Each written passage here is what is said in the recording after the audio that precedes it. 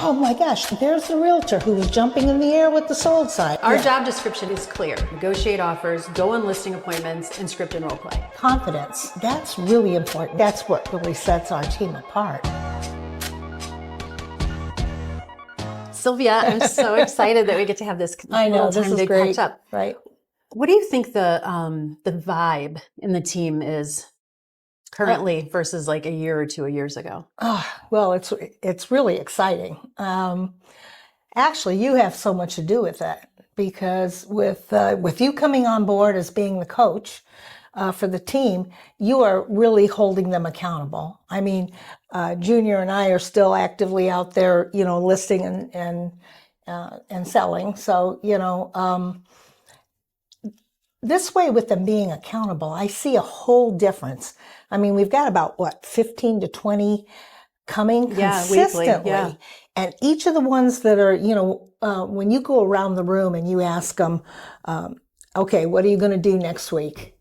And then you put it down. And then the following week, they see what they said and what they have accomplished. And I tell you what, that's the whole thing, is that everybody, I think, says, oh, I want to get busier. I want to do this. I want to do that. But they don't implement. And I think since you've came on board with us, that you're a real vital part of the team's success of growing and that's very validating. Thank you. and giving them confidence. Yeah, I think that's really important, and I think that's what really sets our team apart. Is that I don't know. I'm sure there's some other teams that have some accountability, but I think that's one part that a lot of teams don't. They just put a team together, and then everybody's kind of on their own to do their thing. Sure.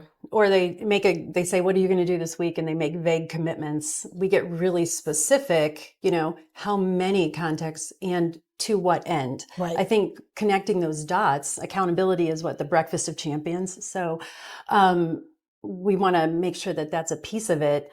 I do love when I put it up on the screen behind us and everybody's looking and they're like, oh, did I say that? Yeah. What did I do? So, it's open accountability, and we're getting some new software. So it's going to be even more transparent, which I find really, I can nerd out on numbers and accountability all day long. So the people are the ones that are buying the house and selling the house. We as agents get to facilitate that.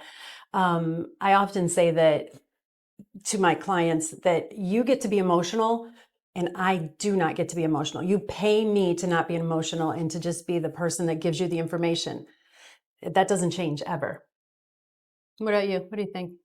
Well, I mean, there's a lot of things that I go back and I look at that were very successful, and they really haven't changed. There are things that, when I go out and I meet people, or the things that I did when I would put a table out at the Strongsville Safety Fair, and met people that way.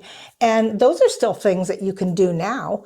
A lot of our team members, actually, we pulled out a lot of the things that were working all the time, a long time ago.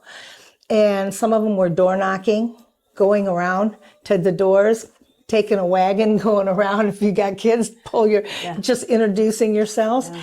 And then they started doing those things and came back and told us how many contacts and how just what the results were.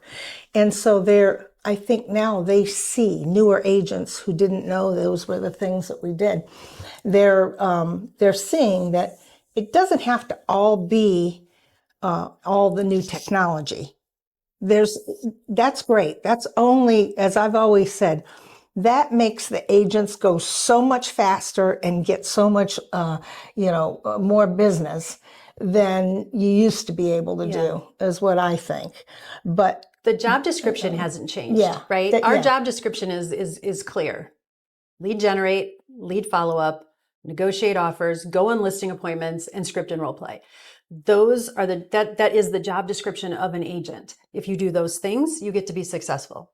If you choose not to do those things, you don't get to be successful. You get to be, willy-nilly all over the place. And I think that some agents, they'll say, well, I don't like to do that, or I don't like to do, oh, that's fine. You don't have to do that. What you have to do then is replace that with something that you do like to do and get really good at that. Yeah. So, do I have to cold yeah, call? yeah. No.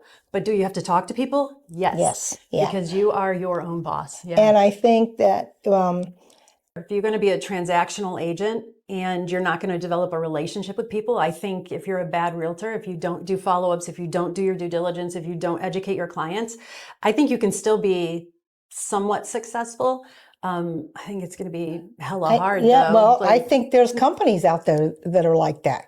They That's get true. business, they recruit, they do all kinds of things, and they're not emotionally in touch with the people. It's just they're emailing, they're texting, they're doing, that. It's turn and burn, right? It's just, yeah. But that's a hamster wheel you just can't get off of. But here's what I think, really. If you're looking to make this a career and it's going to be your livelihood, and hopefully if, like how we did with, then had Junior come in the business with us, and then, Junior's got, that's our son, and he's got 3 little girls, and his wife is now in the business. And so then hopefully those 3 little girls, one of them, maybe all Carry the 3, torch. will carry the torch. And our daughter has a son who he might decide to be in the business. I would To advocate offer for them, that. He's got the personality for this. to offer the opportunity to your family to build a legacy that they don't have to worry about what they're going to do.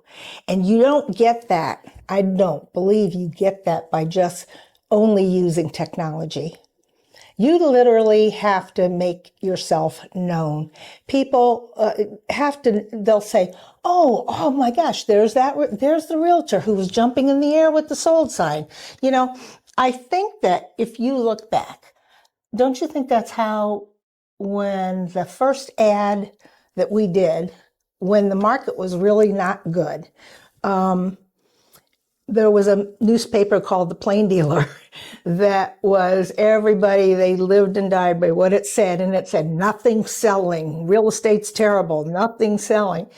And I'll never forget, we were taking some pictures and I had that jagged sign and I jumped in the air, and we weren't even going to use the picture, but I was jumping in the air. And then we put a caption on that and it said, yes, homes are selling. And we got that out.